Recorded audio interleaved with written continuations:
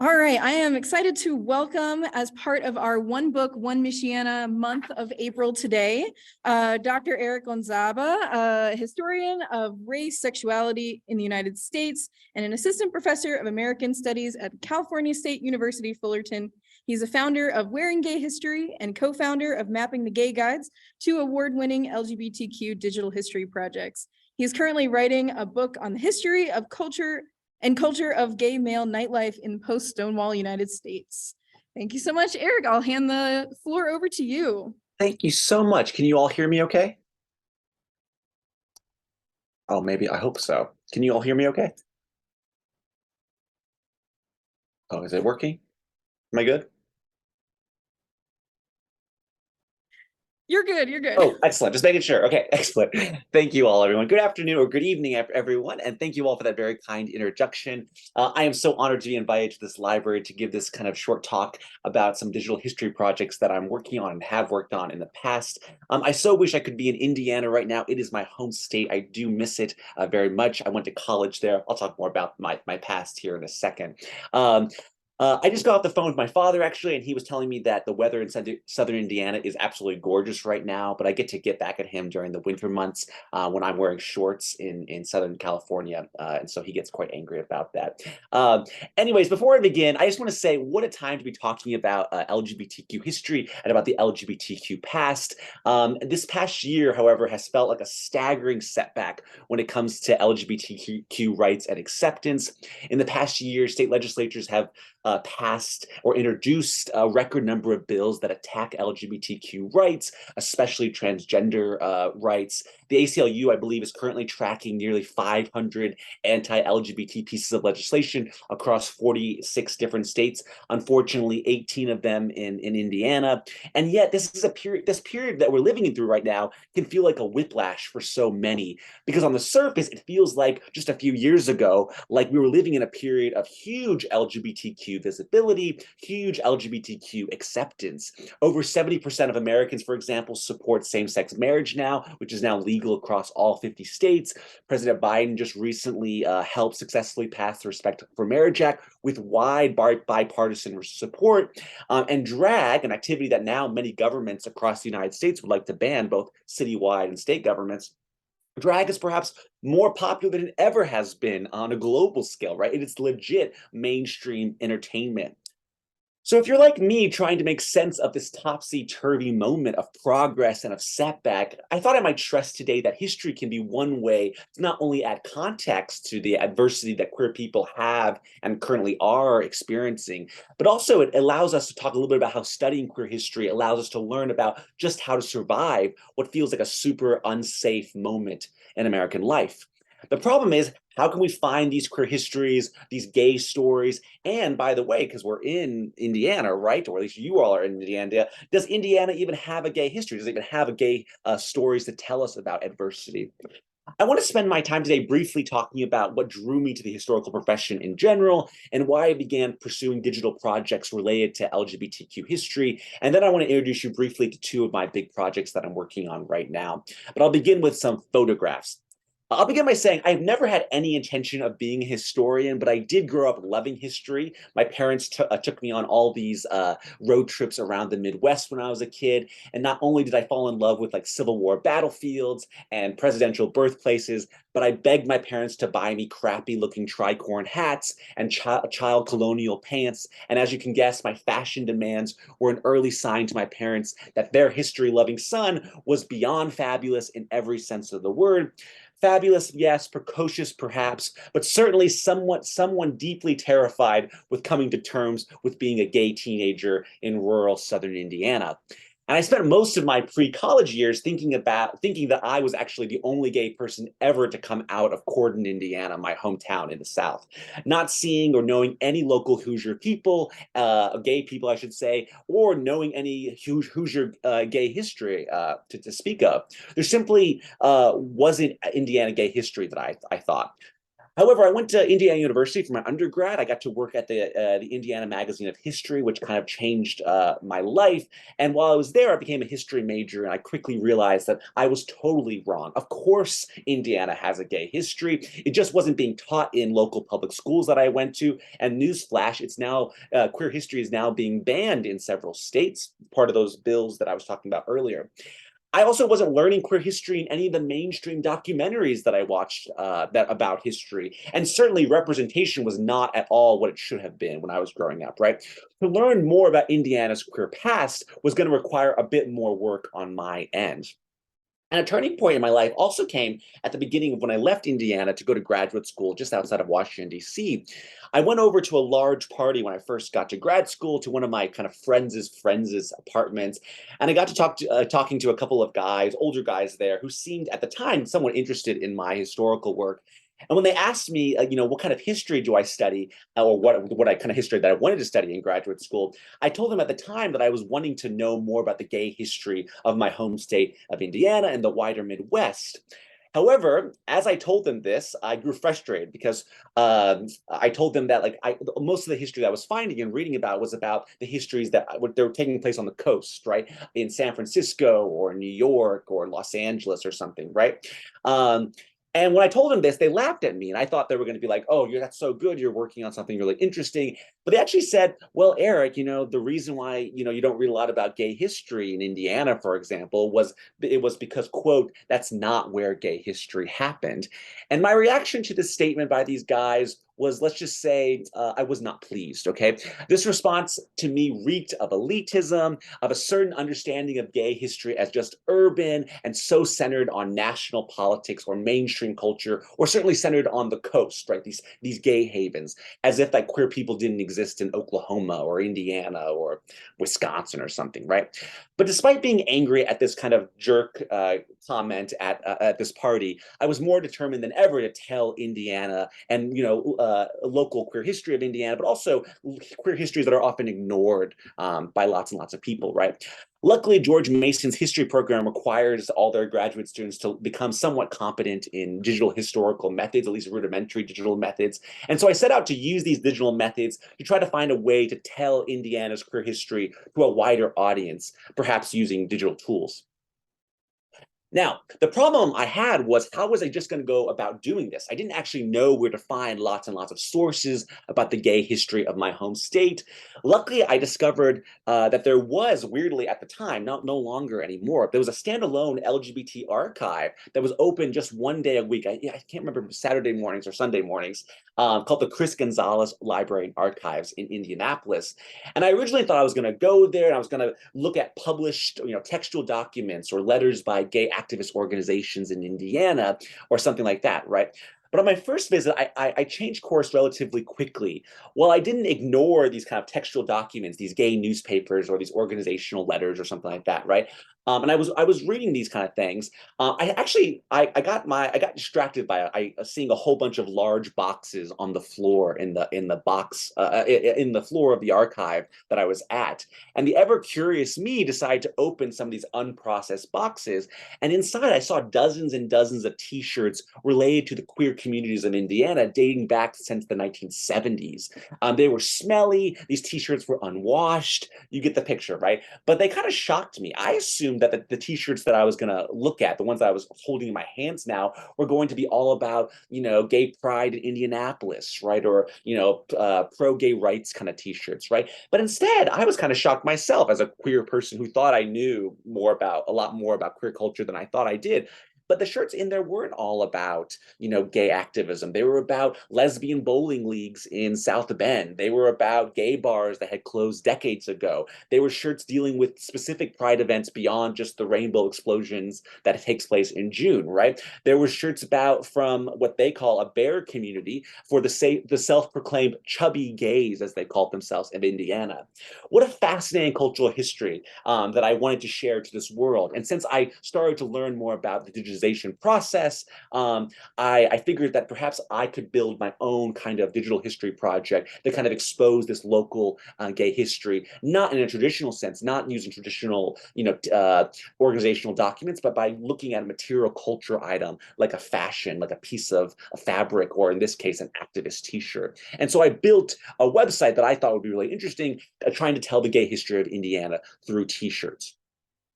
Now, the digital project I created was actually part of a final project that I had in graduate school, and I called this project Wearing Gay History. You can look it up if you're interested right now, wearinggayhistory.com. And I initially cataloged and made accessible the 300 plus T-shirts that related to Indiana's queer history since the 1970s that I mentioned earlier, right? Now, the project, not to brag, got an A when I first came out, but really enough, just because I kind of finished the project in my first semester of graduate school. I had this idea that I wanted to expand it. I didn't just want it to be about Indiana. I wanted to add more shirts and learn more things I can, perhaps adding shirts from other parts of the country that were unrepresented, right? And so I started applying for little small grants here and there. I started traveling to Philadelphia and LGBT archives in Chicago.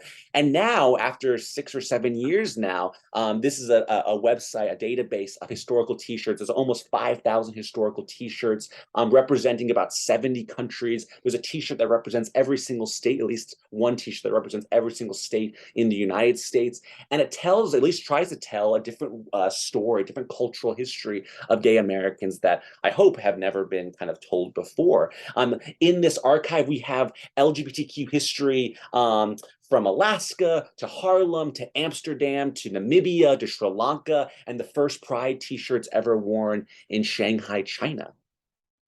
Now, I don't have a lot of time to show you lots and lots of examples from the collection, but I briefly want to show you some of my favorite shirts in the Wearing Gay History archive. Now, some of my favorite shirts you'll find in the collection deal with political issues that you're probably familiar with. For example, before the 2003 Supreme Court decision in Lawrence versus Texas, which effectively legalized homosexuality by legalizing sodomy across the United States, this is a T-shirt that I found in the Minneapolis LGBT archives called the Treader Collection. This is Minnesota ACLU Executive Director Chuck Samuelson, who donned this T-shirt, which read, "Not tonight, dear. It's a gross misdemeanor," for the last time. He wore this T-shirt for the last time on August 31st, 2001, at a party at an Indianapolis gay bar. I think the bar is called Boom, which celebrated the end of the Minnesota state sodomy ban 2 years before the passage of the decision in Lawrence versus Texas, right? So a humorful activist kind of T-shirt.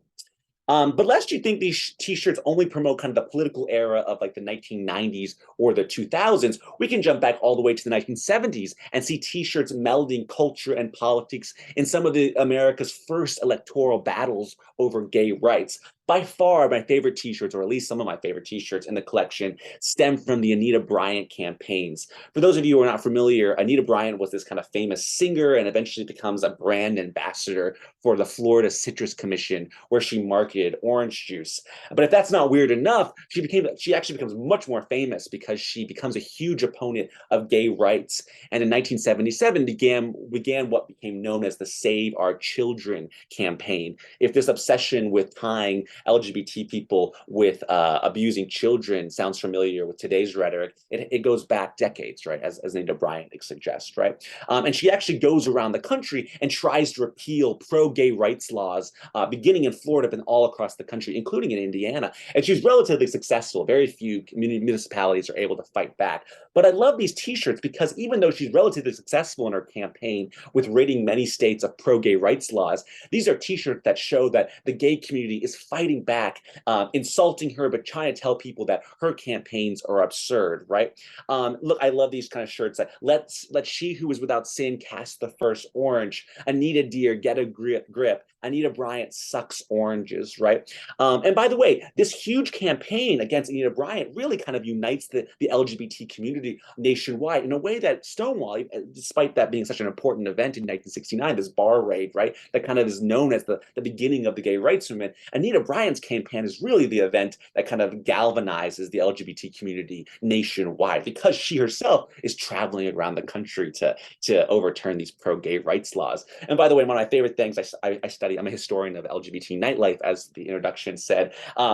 Gay bars across the country stopped giving out a famous drink, the Screwdriver, right, which is made with vodka and orange juice. Because of this campaign, they create a new cocktail called the Anita Bryant cocktail, which is no longer vodka and orange juice, but instead vodka and apple juice, right? Very clever. I love the gays. Now, because this is a talk in Indiana, let me kind of end on three of my favorite Hoosier t-shirts. One of the things I love about historical t-shirts is that they can bring attention to sometimes overlooked stories and spaces. Take this shirt on right there, right? I'm showing you right now from a very popular bar in Indianapolis called The Chase, that first opened in 1975. It was a very famous dance bar. The popular gay men's magazine Blue Boy would rank this bar, The Chase, as one of the top 10 discos in all of the United States. As Indianapolis local Mary Byrne remembered, it was a bar of bars. It was where she learned to dance and where she came out, right? Now, there's over 350 gay bar t-shirts on Wearing Gay History's collection. So at first, there's actually nothing remarkable about this t-shirt, right? Especially since it lacks any kind of LGBT kind of symbolism or LGBTQ slogan, right? It's not as clever as those Anita Bryant shirts we were just looking at. But what does make it stand out is what appears to be a painted on circle with a kind of a slash across it, right? Against the name of the bar. And I asked the archivist at the Chris Gonzalez Archives, did he know what this was, Michael Bohr, why this was crossed out? And he says it was painted on by a patron on the last night that the Chase was in operation. And it was not by a patron who was upset with the bar by any means, but he was kind of saddened that the bar was closing, right? Indianapolis's gay newspaper called The Works also lamented the closing of this bar, the Chase, and noted that it felt like it was now, quote, paradise lost, right? Now, gay guidebooks, which I'll talk about in a second, from the early 1980s suggested that Indianapolis still had several other smaller gay bars, but not a large gay dance bar like that at the Chase. So it kind of makes sense that people who were interested in learning how to dance or dance, same-sex dance with members of their friends or their partners or their lovers, right? They probably did mourn this, right? By the way, this is an era where in the 1970s, when this bar opened, where Indianapolis had just legalized same-sex dancing against local city ordinances. Now, admittedly, without the archivist's help, Michael Bohr's help, identifying what this shirt actually meant and contextualizing this shirt, I would not have understood the reason why this relatively mundane printed bar t-shirt was manipulated with paint, right? We might have incorrectly speculated that the wearer was somehow protesting the bar, perhaps, or held some other unknown grudge against the bar owner. This kind of reason could have been lost to time.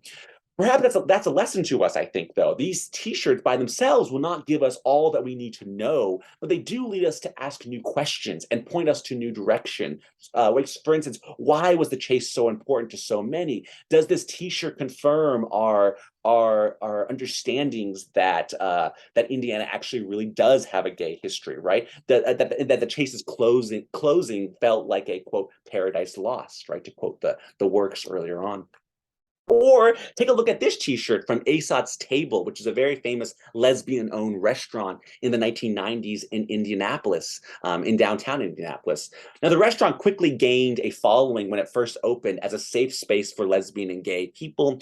The restaurant's welcoming nature can be seen in a t-shirt here from 1997 that reads, "Ellen's Coming Out Day, Aesop's Table was the only place to be for this blessed event." And this t-shirt actually refers to the coming out episode of Ellen DeGeneres' character in her evening television sitcom, which kind of, and by the way, Ellen also comes out that very same year that comes out, right? Now, many queer t-shirts denote events that happen on a single day, most prominently like major pride festivals, right? Or marches on Washington, or AIDS walks, or AIDS fundraisers. But this t-shirt speaks to an intimate event shared with fellow queer friends at a local site, right? To celebrate what they saw as a groundbreaking national event in queer culture. And by the way, LGBTQ people across the nation, not just Indianapolis, were holding watch parties. There was watch parties taking place inside San Diego hotels, inside corporate headquarters in Los Angeles, on the 11th floor of the University of Massachusetts Campus Center, at a resort in Key West, a banquet hall in Milwaukee,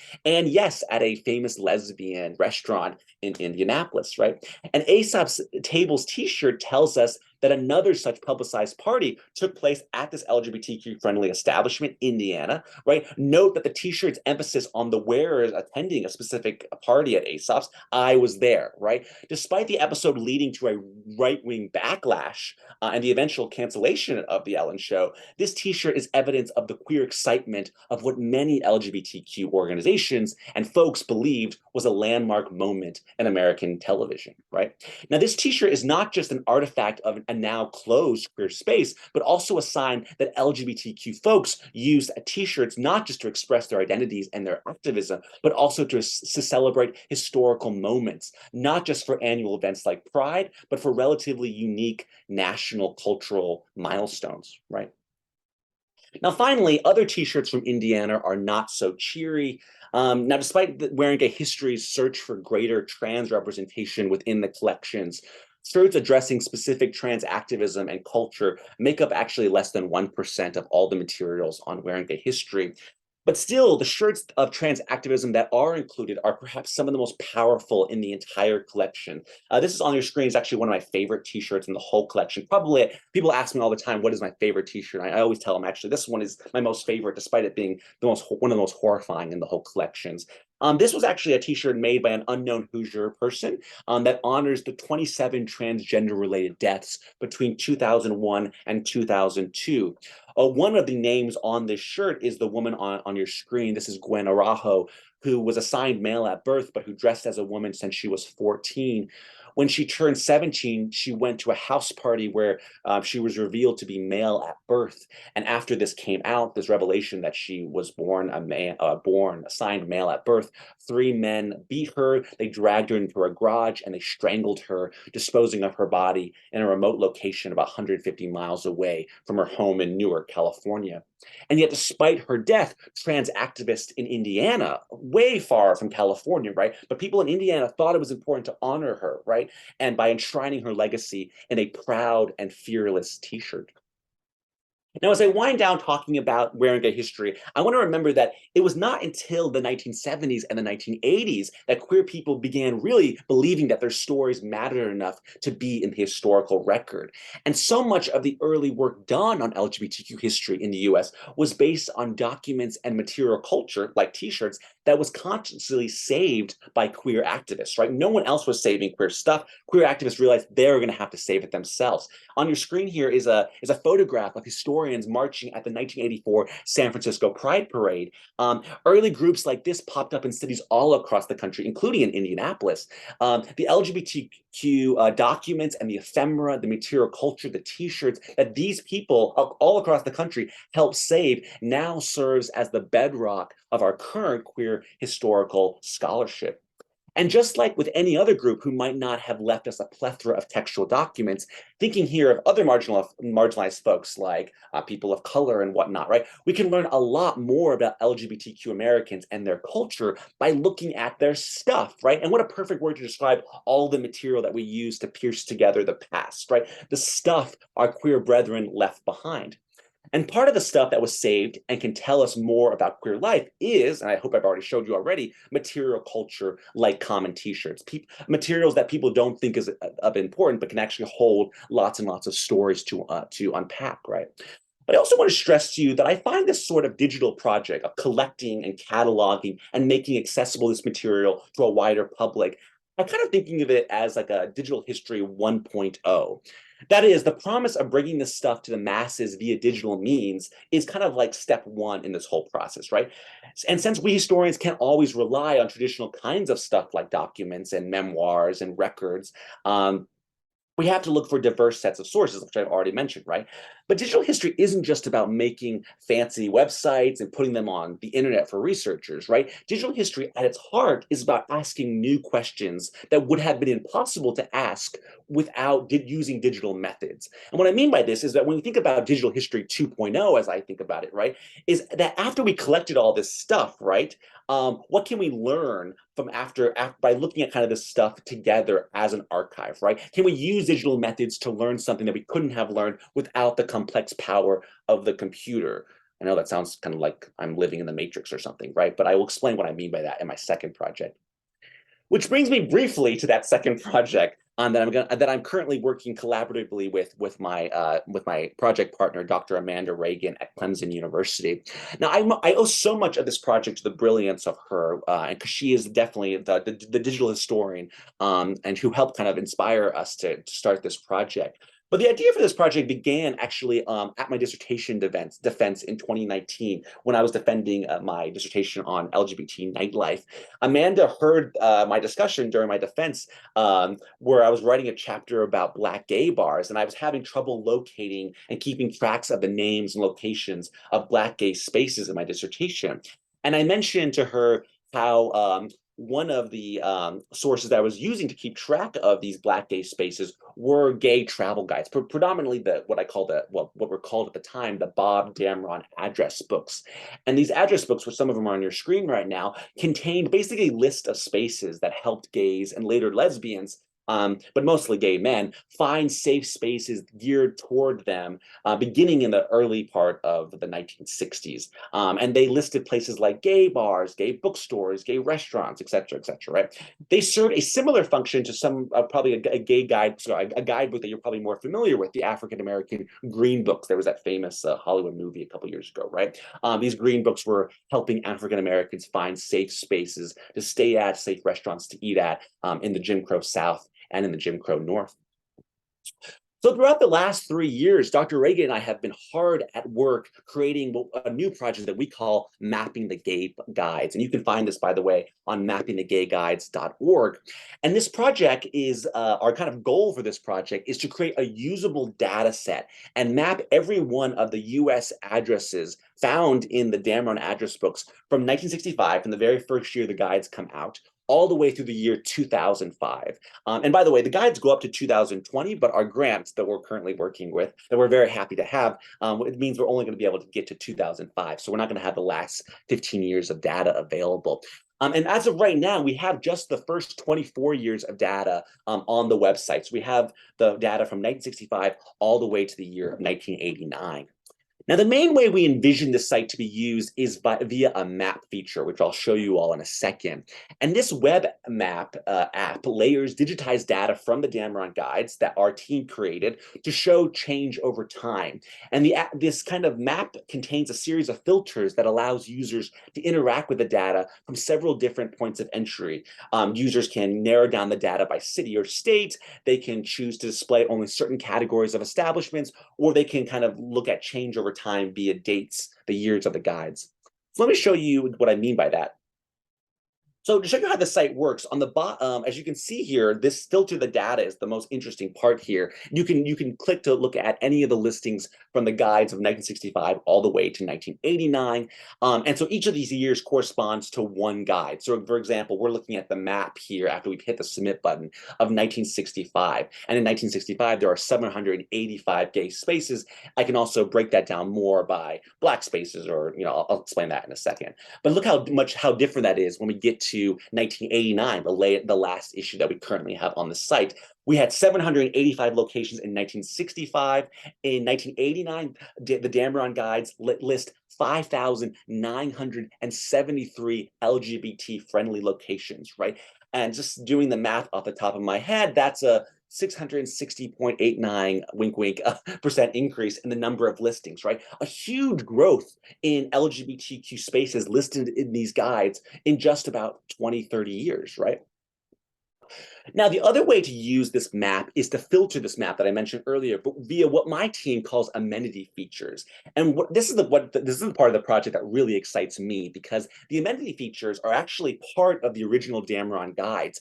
Every single guide that Damron published beginning in 1965 includes a page at the very, very front of these guides, these gay travel books. And it's a lettering system. And what Damron did was he listed addresses, right, underneath South Bend. He put a bar there, and then he put information via letters about that bar. So, for example, if it was mostly older men who went there, he put the letters OC, because OC, as you can see from the data thing, the explanation of letters, the data thing, the explanation of listings. OC stands for older or more mature crowds, right? If it was a place that was supposed to be kind of upper scale, he often broke it down with pretty elegant, right? Or if it was a place where women went, he often used the letter G for girls. Later on, he's going to use L for ladies, and as the guides progress to more appropriate terms, right, L for lesbians or something like that, right? So it breaks down by class, by age, by subcultures, by uniform, leather, right, Western types, whatever. We also get some race categorizations, right? So bars this is how I use the guides initially, bars that were frequented by African Americans often use the letter B. We'll come back to that in a second, because one of the great things about this project is we learned something about how Damron understood race because of the work that we're doing and mapping the gay guides, right? I'll talk more about that in just 5 minutes. Now, I'm sure all of you have lots of questions that I'm sure you have about this project. So in the interest of time, I just want to conclude my last few minutes discussing just some very early findings by doing this project. You know, when you write a grant and you do this incredible project, you do all this data work, it's kind of like sometimes you want to hear how people are using it. And we're really building this data set for other people to use. But it's kind of, we're also trying to learn something ourselves about what this data can tell us about the rise of the LGBT community. And, I want to point out, like, these guides have been available to researchers for the last 50 years, since they started being printed in the 1960s, right?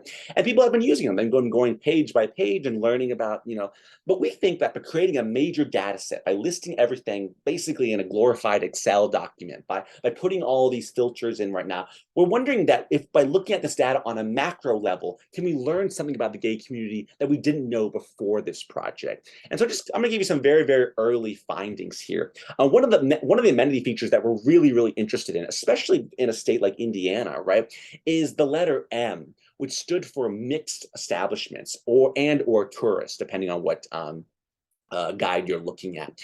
Throughout the early 1970s, Damron slightly changes the mixed label to mixed some straights, right? And this designation largely marked establishments that had a significant, if not majority number of straight identified patrons, or people who did not necessarily identify as gay. And Damron likely used this designation of M to mark sites where gays and lesbians face less hostility than at otherwise straight venues, right? To give you an example, gay visitors to Florence, Alabama's Pit Grill in 1980, which stayed open late for those enjoying an evening out, likely did not find scores of gay men or lesbians dancing to jukebox music and waving rainbow flags in 1980, right? Rather, because Damron puts the M label there and he includes it in the guides, he's saying that, like, LGBT people, especially gays, who went there would probably not face harassment like they would at other late night establishments in Florence, Alabama, right? Now, I want to turn very quickly to race, because I mentioned the B label that really interested me, and that's how I got started on this project, to understand Black spaces, right? One of the things that our team wanted to know that we can learn is that, can we learn anything about race in these guides, right?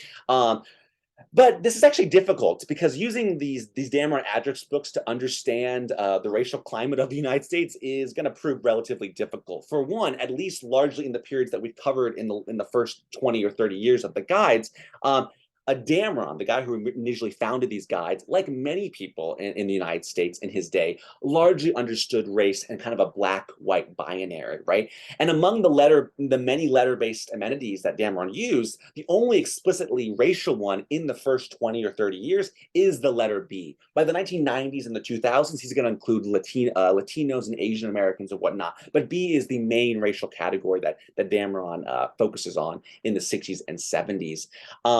And this, remember, B is used to show where Blacks frequent, right?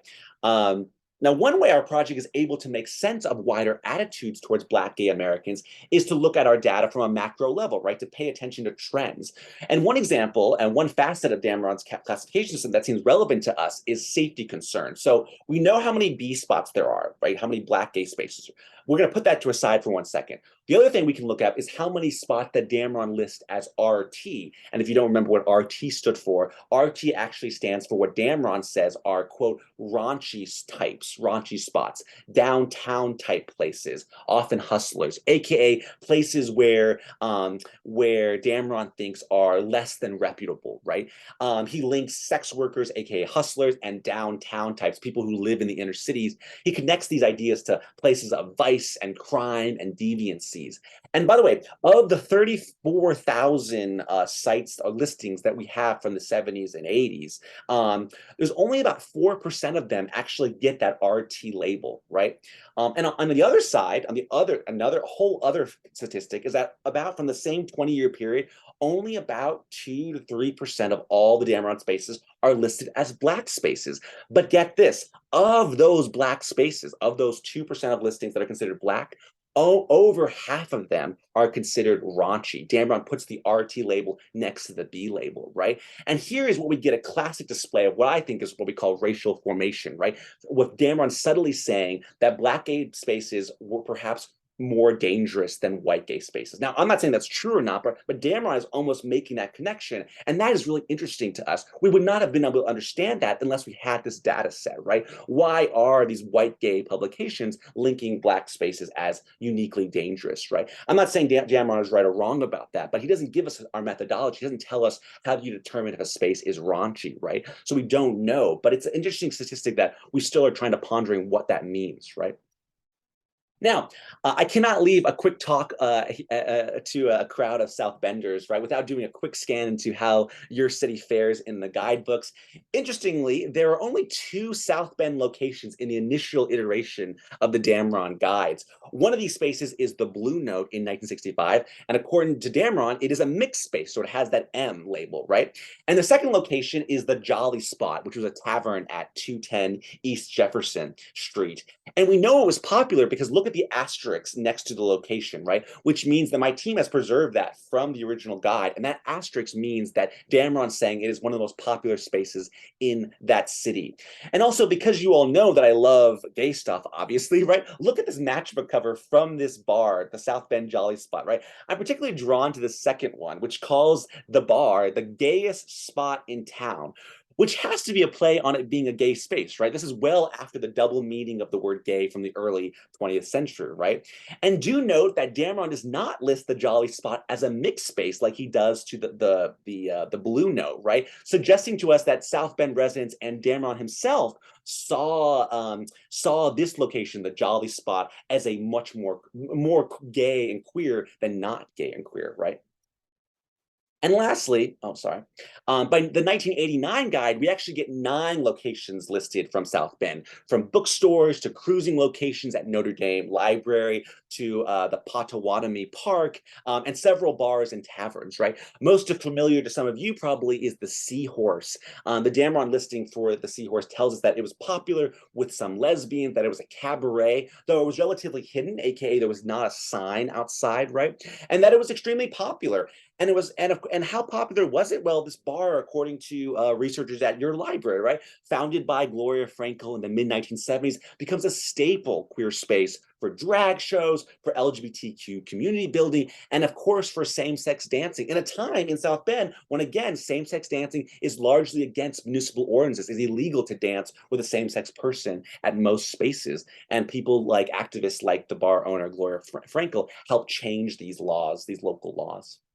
So as I close here and take some questions if you have any, I want to stress that my team working on the Mapping the Gay Guides project and my team works on Wearing Gay History, we think about these projects not as exposing everything we need to know about LGBT history, but really they're the start, we think, to many more future projects in exploring the queer past. And I hope that my digital archive and the visualizations that I showed you today show you that the expansive nature of LGBT life in the United States, and allow you to ask new questions about identity, about tying LGBT history to things that we're more comfortable talking about, right? Race and class and religion and gender, by analyzing gay travel guides or analyzing gay t-shirts, right? Gay stuff, as I talked about earlier, right? Does mapping the gay world matter? Does keeping a record of gay fashion t-shirts matter? Does using digital history actually change how we think about LGBT history? Well, of course, I think it does, right? I think digital history methods, even rudimentary ones we learn via watching YouTube videos, right? They add nuance to our understanding of American history and about American spaces. We push back against the notion that some areas of the country were completely devoid of gay life. There's no reason for that guy to laugh at me when I told him that there's gay history in Indiana, because I have the proof of it, right? I have these gay t-shirts that told me that not only were there gay activists in Indiana, but there were gay bowling leagues, right? There were gay theater groups, there were lesbian community centers in Indiana, right? These sources, t-shirts and travel guides, were a form of resistance and survival, right? They can really inspire us today to think about how we can survive this topsy-turvy time.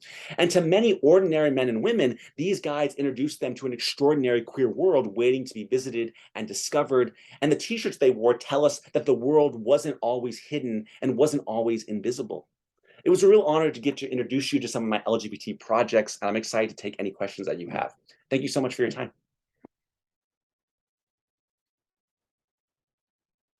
Wonderful. Thank you so much. Hope you hear a little bit of the applause here. I'm going to leave this laptop unmuted and we'll see after our first question. You'll have to let me know if you can hear Sure. a question, and then maybe that will work. Any questions in the virtual or in person?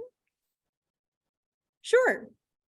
This was so interesting, Eric. Thank you so much for coming to South Bend. Of course. I'm interested, you're talking about how you have, by bringing all this, you're making the material culture sort of not invisible anymore. But I'm wondering what is actually invisible. And this is such a hard question, I'm sorry. But what is not included? Maybe particularly in the Damron guide? Like, we know that there had to be more spaces than just, 2% or whatever of all the spaces had to be Black friendly or whatever, right? So there's not a census that you have in the guides, and that's not you, that's, but do you have any sense of why things were left out, or why were things included? Like, how was that intersection of what was and what was represented? Do you have a sense of that? Yes, of course. And I want to answer your question kind of two different ways, if you don't mind. So one of the things, you're totally right. Like, these gay travel guides are not the be all end all, right? They do not tell us all the gay spaces. And they're actually, I don't think of them as rival projects, supplemental projects that are taking place right now. People who are collecting queer spaces that are not in gay travel guides, right? Because the real question what you're really getting at is what really makes a queer space, right? What makes a gay t-shirt? Who defines what a gay t-shirt is, right? Does it have to have the word gay on it? Does it have to just be worn at a gay event, right? And like, for instance, like the gay travel guides probably do not include any of the spaces that, I'm sure some of you probably have seen Paris is Burning, right? Where these major drag balls in inner city New York took place. The Damron guides don't include those queer spaces, and those are certainly queer spaces. The Damron guides don't include spaces that I'm really interested in. Mary Gray, a famous ethnographer recently, she found that one of the hottest spaces to learn how to do drag as a young person in the rural Kentucky are the aisles at Walmart's, 24-hour Walmart supercenters in Kentucky, in small towns in Kentucky, because gay kids go there at 2 a.m. when no one else is at Walmart. They can't afford the clothes, but they put on, clothes that don't match their gender, and they do drag walks and down the aisles. Those spaces that are also extremely queer, extremely interesting, are not in these gay travel guides, right? But I think what they do tell us is that these guides kind of begin, as I say, inspire people to think about not only gay commercial spaces, but which is what Damron really was interested in. Bob Damron, the man who began these guides, who was really interested in the gay commercial world. One, because he himself was a gay businessman, right? So he wanted to help businessmen like himself, people who open bars and bookstores, but then also allow people to both find people for companionship, for sex, right? And so he includes cruising spaces as well. I will not also point that like the cruising spaces are really interesting, but he includes these not necessarily to tell people this is where to go cruise, but as telling people as a warning, like if you're walking through these spaces, like these are cruising locations, aka you might be arrested, even if you're just walking past a public park, right? It's almost like a warning to gay people. So I don't have a perfect. I mean, the incredible thing about Damron is he left lots of records. They've largely have gone to history. They were largely they're most likely destroyed. So we don't know his exact methodology, but I do know, based on oral histories, is that in the early iterations of the gay travel guides, Damron actually physically went to almost every single one of those spaces. And into the 1970s, when the guides are becoming no longer 700 spaces, but 5,000 spaces, he can't physically go to every single one of these, but he's calling every single one of these spaces to confirm with people in each town and the people who own each one of these spaces, is this place still open? What kind of space is it? Are blacks allowed in it? Blah, blah, blah, blah, right? And to your second, I mean, kind of an extension to your question, like I mentioned earlier, like what makes a gay t-shirt? That was a question I had early on. Like, how do I just determine which shirts to include on the archive and which ones don't? And what I do is I try to say, like, it's not my decision to decide what comes on here. So in fact, I actually own none of the t-shirts on the Wearing Gay History archive. It's all taking t-shirts from other archival facilities. And I tell the archives, you tell me what you think is your queer collection, and I will put up anything that you think is valid enough to put on there. I don't make those decisions myself, right? And because I think that's a kind of bedrock, you let kind of people create their histories and you determine what is an LGBT space or an artifact, right? I hope I answered your question. Yeah, that was really fascinating. Thank you. Thank you. Yeah. Dr. Gonzaba, this is so great, thank you. I work locally at the Civil Rights Heritage Center. We started a South Bend-based LGBTQ collection back in 2015, and a lot of our items have fed into Michiana memory, so there's a cross there. So really appreciate your work. I'll probably reach out separately for some projects that we're working on, including I'm working on an exhibition that'll open in June for your guys as well. Queer SB in the 1970s.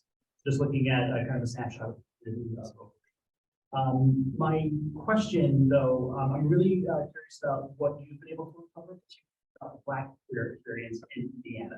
And I know there's probably another half hour, and I apologize, but whatever you can kind of add in the next like 2 minutes, I would love. Yeah, admittedly, what's so funny about doing this kind of these major national projects is I've kind of lost focus, and I now moved to California. I moved in a place that I told myself that like I was not going to focus on, right, which is like the coast, and now I teach here, so I have to do a lot more local history, and I'm fascinated by. Luckily, I'm in Orange County, so I get to kind of I'm far enough from LA, and I get to talk about what it's like to be a queer person in a relatively former conservative, county, the birthplace of modern conservatism, right? That's a fabulous question. And there are people doing incredible work, historians who are doing some incredible work on, about Indiana Black gay history. And, it suffers. I mean, this is not, I don't mean to say it suffers because these people are doing incredible work. What I mean by that is like, even in a state like Indiana, which we need to tell more local queer history to tell people that, queer people have always existed in the state. Ironically, the history of Indiana, the queer history in Indiana is kind of suffering from the same biases that the national problem was, right? We're so interested on these big cities on the coast. In Indiana, I'm so happy there's work being done in Indiana, but most of that's being done in the major cities, right? It's being done about queer history of Indianapolis, right? Or the not typical spaces of Indiana, like the Bloomingtons or the South Bends, right? And so it's not really telling about rural queer people. And there are plenty of people who are doing incredible work on rural queerness and whatnot. So to your exact question, I have not kind of dived into the Black queer history of Indiana precisely, but a lot of great people are doing some incredible work on the segregation of the gay bar scene beginning of the 1950s and the 1960s in Indianapolis. An incredible campaign to desegregate the gay bars, right? We think about gay spaces as being like inherently progressive, and yet we know that is obviously not true. Many Indiana bar owners, like many bar owners across the country, actively sought to not only keep people of color out, but also to keep lesbians out, straight people out, right? I mean, and these are discussions that are still taking place in modern gay culture, right? Our bridesmaids parties or bridal showers supposed to be taking place at gay bars, stuff like that, right? And also the other thing I know about Indianapolis specifically, the largest city in Indiana's history, is that Indiana is known for incredible drag culture, particularly Black drag culture in Indianapolis. but that begins all the way back in like the 1940s, 1930s. And so more work needs to be done, but there are some incredible people who are doing it, and I'm excited to talk to you more about it. Can you point to some of those people who are doing that work briefly, or is that separate? Yes, I think the biggest person who's doing that recently, oh my gosh, I'm blanking on their name. I was just looking at their stuff a couple of weeks ago. I will get it back to you, I promise. But some usually some local activists, local historians, but some really great work done. But you know, it's hard doing that, right? Like, how do you find that stuff, right? You know, textual documents are hard to come by, and luckily, like major institutions, St. Joe County's library, Your Memory Project is doing incredible stuff. Oral history collections are starting to ramp up. But you know, gay newspapers are only going to give us a small slice of the history that we need. And you know, Indianapolis is lucky to have a relatively active gay newspaper beginning in the late 60s, early 1970s. But it doesn't, you know, give us, you know, these to the former question, it doesn't tell us about these kind of more marginalized communities within the wider LGBTQ community of Indiana, right? We're not getting lots of trans sources in these major gay newspapers. We're not getting a lot of people of color representation. So it's a challenge. So I applaud you wanting to focus on these, because it's something that we're not being able to find with what we consider traditional sources, right? Which is why I really do encourage people to not only try to find new, interesting sources to tell our past, like t-shirts, but to rethink how we can use traditional sources, right? And by the way, like we as LGBTQ historians don't have to do this by ourselves. We can take the methods that are being done by Native American scholars, right? By historians of slavery, who are trying to build histories from scant amounts of sources. And that's something that we should really take a cue from. Are there any questions? No questions. Chat? Okay, all right. Anything else? Well, if not, I want to thank everyone for being here, and thank you for the wonderful presentation. If you are interested in more programs on our One Book, One Michiana month, I do invite you to join us on Monday here in the auditorium in the CLC for an evening with Mike Curato, author of our book of the month, Flamer. So thank you so much for joining us. Thank you all so much. Have a great evening. Bye.